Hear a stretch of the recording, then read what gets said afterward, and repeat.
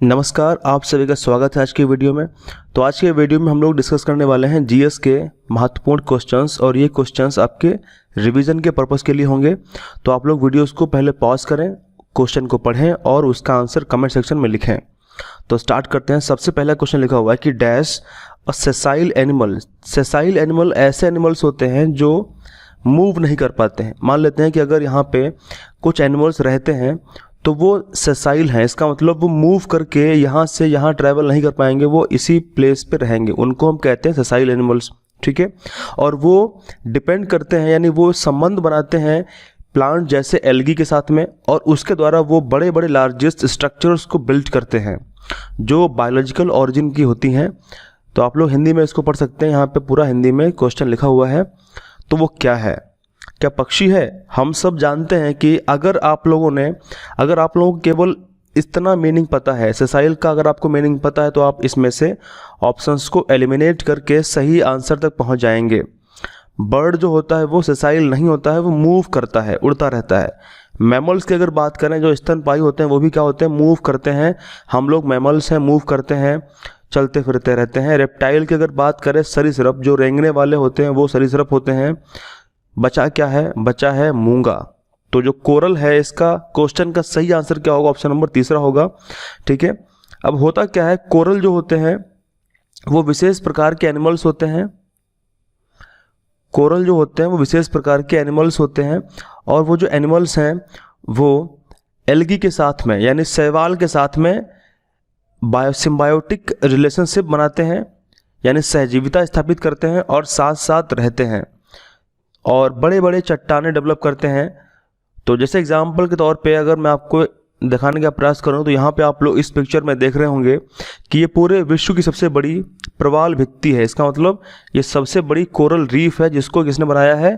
जिसको बनाया है कोरल ने, मूंगा ने। तो हम बोल सकते हैं कि सबसे बड़ी विश्व की ये मूंगा की चट्टानें हैं।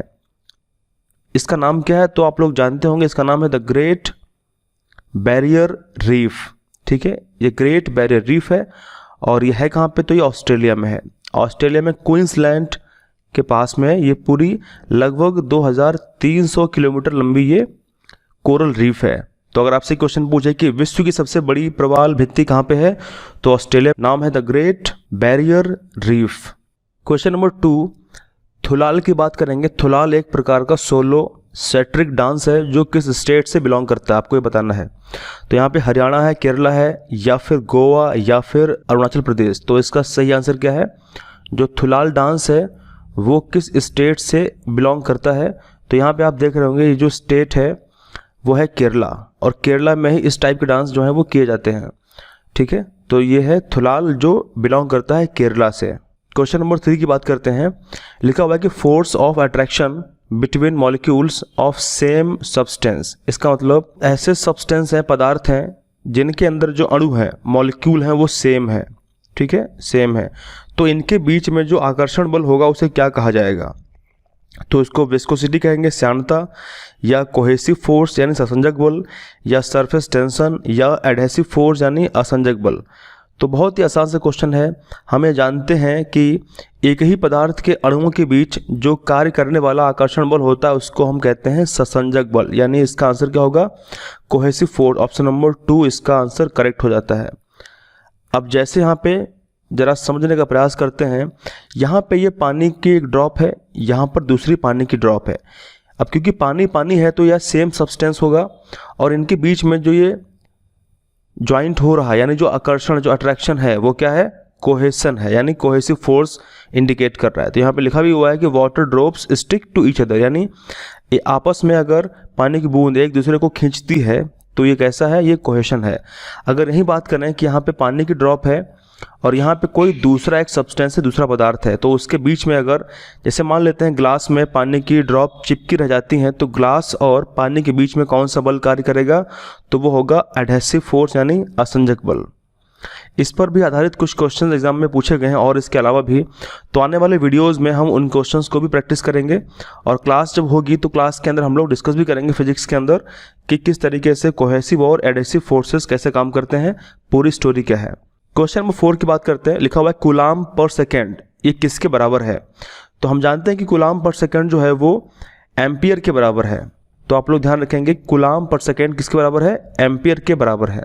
फिर है क्वेश्चन नंबर 5, तो इसमें कहा गया है कि dash is an economic scenario where a peculiar combination of low growth and rising inflation leads to high unemployment. इसका मतलब अर्थव्यवस्था की एक ऐसी समस्या जहां पर कम वृद्धि और बढ़ती मुद्रास्फीति का एक अजीब संयोजन है और जो उच्च बेरोजगारी की ओर लेके जाता है उसे क्या कहा जाता है। तो जो लोग बीकॉम के स्टूडेंट्स होंगे यानी जिन लोगों ने इकोनॉमिक्स को पढ़ा होगा उनको इन सभी जो टर्म लिखे उनका मीनिंग पता होगा। जैसे डेप्रिसिएशन का मतलब क्या होता है, मूल ह्रास का मतलब क्या होता है, डिफ्लेशन क्या होती है, स्टैगफ्लेशन यानी मुद्रास्फीति जनित मंदी क्या होती है, और रिसेशन यानी मंदी क्या होती है। तो आपको पता होगा। हमें जानते हैं कि एक ऐसी समस्या जिस समस्या में मंदी के साथ साथ यानी मंदी के साथ साथ रिसेशन के साथ साथ इन्फ्लेशन का मतलब क्या होता है, महंगाई होती है। इसका मतलब महंगाई और मंदी दोनों साथ साथ चलते हैं तो ऐसी समस्या को हम कहते हैं मुद्रास्फीति जनित मंदी, और इसी समस्या में अधिकतम बेरोजगारी देखने को मिलती है। तो स्टैगफ्लेशन यहाँ पे इसका आंसर हो जाता है। तो इस क्वेश्चन का आंसर क्या है, स्टैगफ्लेशन यानी मुद्रास्फीति जनित मंदी। तो यहाँ पे थोड़ा सा लिखा हुआ है, इसके बारे में जरा पढ़ते हैं। इसमें क्या लिखा हुआ है कि स्टैगफ्लेशन यानी मुद्रास्फीति जनित मंदी एक एक्सट्रीम इकोनॉमिक सिचुएशन है जो peculiar combination of stagnant growth यानी रुकी हुई वृद्धि और राइजिंग इन्फ्लेशन यानी बढ़ती हुई महंगाई की समस्या है और जो लीड करती है हाई अनएम्प्लॉयमेंट को। ठीक है, तो क्वेश्चन नंबर 5 का आंसर क्या होगा, ऑप्शन नंबर तीसरा होगा स्टैगफ्लेशन। आप लोग कमेंट करके बताएं कि डेप्रिसिएशन और रिसेशन और डिफ्लेशन का मतलब क्या होता है। कमेंट सेक्शन में आप लोग कमेंट करके बताएं। और एक क्वेश्चन आपसे मैं और पूछता हूं, आप लोग उसको भी आंसर में लिखें कमेंट सेक्शन में कि ओम, वोल्ट, एम्पियर और जूल ये चारों किसकी यूनिट हैं, ये चारों किसकी यूनिट हैं। ठीक है, आप लोग कमेंट में लिखें तो आपको रिवीजन में हेल्प मिलेगी। मूव करते हैं क्वेश्चन नंबर नेक्स्ट। तो 6 में कहा गया है कि who among the following had invaded India in 1712 AD, यानी किसने भारत में 1712 में आक्रमण किया था। तो हमें जानते हैं कि 712 में पहली बार भारत में जो आक्रमण करने वाला आक्रांता था वो मोहम्मद बिन कासिम था। तो इसका आंसर तीसरा करेक्ट हो जाता है। अगर बात करेंगे मोहम्मद गौरी, तो मोहम्मद गौरी और पृथ्वीराज चौहान के बीच में तराइन के युद्ध हुए थे।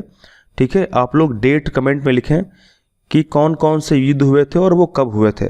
उसके बाद अगर हम बात करें कि भारत में सर्वाधिक अटैक करने वाला, सर्वाधिक आक्रमण करने वाला गजनी का महमूद था, यानी महमूद ऑफ गजनवी था, जिसने भारत में कितनी बार, 17 बार अटैक किए। और प्रसिद्ध जो सोमनाथ मंदिर है गुजरात में, उसमें से धन संपदा को, सोने को लूट करके ले गया। अगर हम बात करें कुतुबुद्दीन ऐबक, तो कुतुबुद्दीन ऐबक जो है वो मोहम्मद गौरी का एक गुलाम था, एक दास था, और बाद में दिल्ली सल्तनत को इसने इंडिया में इस्टेब्लिश किया, शुरुआत करी। और इसने 2.5 दिन का झोपड़ा अजमेर में और दिल्ली में कुतुब मीनार बनवाई। क्वेश्चन नंबर 7 की बात करते हैं। इसमें कहा गया है कि भारतीय जनसंघ के संस्थापक इनमें से कौन है, आपको बताना होगा। तो के मुंशी हैं, नहीं है। बलदेव सिंह हैं, नहीं है। मीनू मसानी है, नहीं है। तो इसका आंसर है श्यामा प्रसाद मुखर्जी, यही हैं भारतीय जनसंघ के संस्थापक। क्वेश्चन नंबर 8 डिस्कस करते हैं। इसमें कहा गया है कि निम्नलिखित में से कौन सा ऐसा स्थान है, कौन सा ऐसा टाउन है या शहर है जो गंगा नदी के तट पर स्थित नहीं है। तो ऐसे क्वेश्चन ज्योग्राफी से एग्जाम में आते रहते हैं। तो यहाँ पे देखते हैं, हमें जानते हैं कि उत्तराखंड से गंगा निकलती है भागीरथी के रूप में, और उसके बाद फिर वो अलग अलग स्टेट्स में पहुँचती है। तो यहाँ पे कानपुर भी है, बिल्कुल सही बात है। वाराणसी है, बिल्कुल सही बात है। फाफामऊ यानी ये प्रयागराज की बात हो रही है, प्रयागराज में टाउन है फाफामऊ, ये भी है। बचा क्या है, हजारीबाग। तो हजारीबाग जो है वो गंगा नदी के तट पर स्थित नहीं है, तो यही इसका आंसर हो जाता है ऑप्शन नंबर दूसरा। क्वेश्चन नंबर 9, अर्थव्यवस्था जिसमें निजी क्षेत्र यानी प्राइवेट सेक्टर और गवर्नमेंट यानी सरकार दोनों इन्वॉल्व रहते हैं, दोनों शामिल रहते हैं, क्या कहलाती है। जब किसी भी अर्थव्यवस्था में प्राइवेट सेक्टर और गवर्नमेंट यानी पब्लिक सेक्टर दोनों ही सही से काम करते हैं, यानी दोनों ही उसमें इन्वॉल्व होते हैं, तो उसको हम कहते हैं मिक्स्ड इकोनॉमी। यानी ऐसी अर्थव्यवस्था मिश्रित अर्थव्यवस्था कहलाती है। तो इसका ऑप्शन नंबर 2 करेक्ट हो जाता है। क्वेश्चन नंबर नेक्स्ट डिस्कस करते हैं। तो इसमें कहा गया है कि in which of the following countries were the first modern Olympic games held, यानी इनमें से किस में आधुनिक ओलंपिक गेम शुरुआत हुई थी, खेले गए थे। तो हम जानते हैं कि ग्रीस में खेले गए थे, एथेंस में, ग्रीस की कैपिटल है एथेंस, वहाँ पे खेले गए थे। आप लोग वीडियोस को देखने के बाद अपना स्कोर ज़रूर लिखें कि आउट ऑफ जो भी क्वेश्चन है उसमें से कितने आपके सही हैं। क्वेश्चन नंबर 11 देखते हैं। इसमें कहा गया है कि आपको इन निम्नलिखित में से अल्कलाइन अर्थ मेटल को बताना है कि वो कौन है। यहाँ पे कोबाल्ट, प्लेटिनम, मैग्नीशियम और कॉपर है। आपको बताना है कि इसमें से कौन क्षारीय पृथ्वी धातु में कहलाती हैं या क्षारीय मृदा धातु में कहलाती हैं। तो देखिए, सबसे पहली बात तो ये है कि हमारी जो आवर्त सारणी है उसमें जो पहला समूह है और जो दूसरा समूह है इसमें, तो सबसे पहले बात करते हैं जो आवर्त सारणी का पहला समूह है। तो फर्स्ट ग्रुप में सभी जितने हैं वो कौन है, वो हैं एल्कली मेटल्स। और जो सेकेंड वाला ग्रुप है यानी जो दूसरा समूह है उसमें सभी हैं कौन से, वो हैं एल्कलाइन अर्थ मेटल। ठीक है, इसमें हम फिलहाल हाइड्रोजन की बात नहीं करेंगे, इसको छोड़ करके बाकी lithium, sodium, potassium, rubidium, caesium, francium, ये सभी हैं एल्कली मेटल्स। और जो सेकंड वाला ग्रुप है इसमें beryllium, magnesium, calcium, strontium, barium और रेडियम, ये सभी इसमें कौन है, ये सभी इसमें है एल्केलाइन अर्थ मेटल। और यहाँ पे आपसे यही पूछा गया था कि इसमें कौन क्षारीय मृदा धातु के रूप में जाना जाता है। तो हमने देखा यहाँ पे बेरिलियम है, मैग्नीशियम है, कैल्शियम है, स्ट्रॉन्सियम है, बेरियम है और रेडियम है। और ऑप्शंस में अगर देखें तो इसमें कोबाल्ट तो है नहीं, ठीक है, प्लेटिनम भी नहीं है, कॉपर भी नहीं है, तो मैग्नीशियम इसका सही आंसर हो जाता है। तो यहाँ से हम लोगों ने देख लिया है एल्कली मेटल्स को और एल्कली अर्थ मेटल्स को। तो मूव करते हैं क्वेश्चन नंबर नेक्स्ट।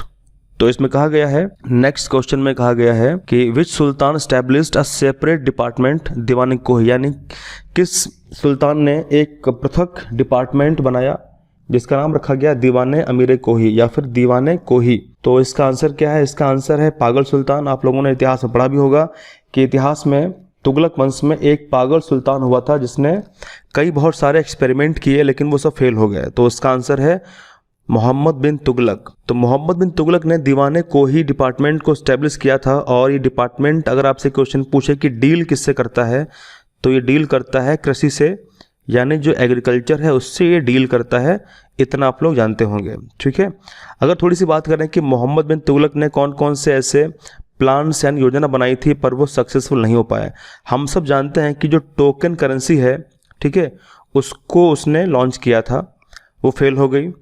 दूसरी बात अगर देखें तो खुरासान और कराचिल पे जो एक्सपीडिशन अभियान थे वो लॉन्च किए गए थे, वो पूरा प्लान फ्लॉप हो गया, ठीक है। उसके अलावा अगर हम देखें ट्रांसफ़र ऑफ कैपिटल, यानी इसने अपनी राजधानी को भी ट्रांसफ़र करने की प्लानिंग करी थी, वो सब फेल हो गया। तो ऐसे कई इंपॉर्टेंट प्लान हुए परंतु फेल हो गए, इसीलिए इसको पागल सुल्तान की संज्ञा दी जाती है। आपसे मैं क्वेश्चन पूछता हूँ, आप लोग कमेंट सेक्शन में लिखें कि मोहम्मद बिन तुगलक का रियल नेम क्या था, इसका वास्तविक नाम क्या था। तो हम लोग मूव करते हैं क्वेश्चन नंबर नेक्स्ट। इसमें कहा गया कि घूमर जो है एक फॉक डांस है, ठीक है, एक लोक नृत्य है, ये किस स्टेट का है। तो जैसे घूमर की खोपड़ी में बात आती है तो सबसे पहले स्टेट एक ही आता होगा, जैसा आप लोग इमेज में देख रहे होंगे राजस्थान ही आता होगा। तो ये राजस्थान का डांस है घूमर। मूव करते हैं क्वेश्चन नंबर नेक्स्ट। तो इसमें कहा गया है कि निम्नलिखित में से किस क्रिया के माध्यम से जो स्थल मंडल है और स्थल मंडल के नीचे जो दुर्बलता मंडल है के ऊपर गति करता है।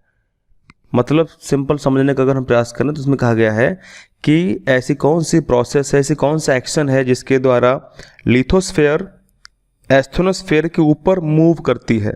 तो सिंपल सी बात है, हम जानते हैं हमारी पृथ्वी का ये स्ट्रक्चर पूरा है और हमारी पृथ्वी में जो ये वाला पार्ट है, ये वाला पार्ट पूरा कोर वाला पार्ट है, ये वाला पार्ट है इनर कोर, ये आउटर कोर है, और उसके ऊपर फिर आपको ये मिल जाता है मेंटल वाला पार्ट।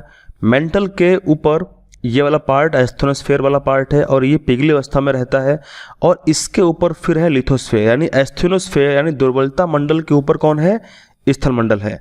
और जो दुर्बलता मंडल है ये ठोस नहीं होता है, ये लिक्विड अवस्था में रहता है क्योंकि इसके अंदर मैग्मा भरा होता है। और इसी के ऊपर जो स्थल मंडल है वो ठोस अवस्था में रहता है, वो तैरता है, फ्लोट करता है। तो कौन सा ऐसी विधि है जिसके द्वारा करता है? तो वेदरिंग है? नहीं, वेदरिंग का मतलब होता है टूटना, तो ये नहीं होगा। कॉन्टिनेंटल ड्रिफ्ट है, इसका मतलब तो होता है कि जो महाद्वीप हैं वो किस तरीके से विस्थापित होते हैं, नहीं। प्लेट टेक्टोनिक्स है, यानी प्लेट विवर्तनिकी है, तो यही इसका आंसर सही हो जाता है। इस क्वेश्चन का आंसर सही क्या होगा? Plate tectonics. क्वेश्चन नंबर 15 की बात करते हैं। इसमें कहा गया है कि जो मैगुडी टेम्पल है ये आज किस स्टेट में आपको मिलेगा?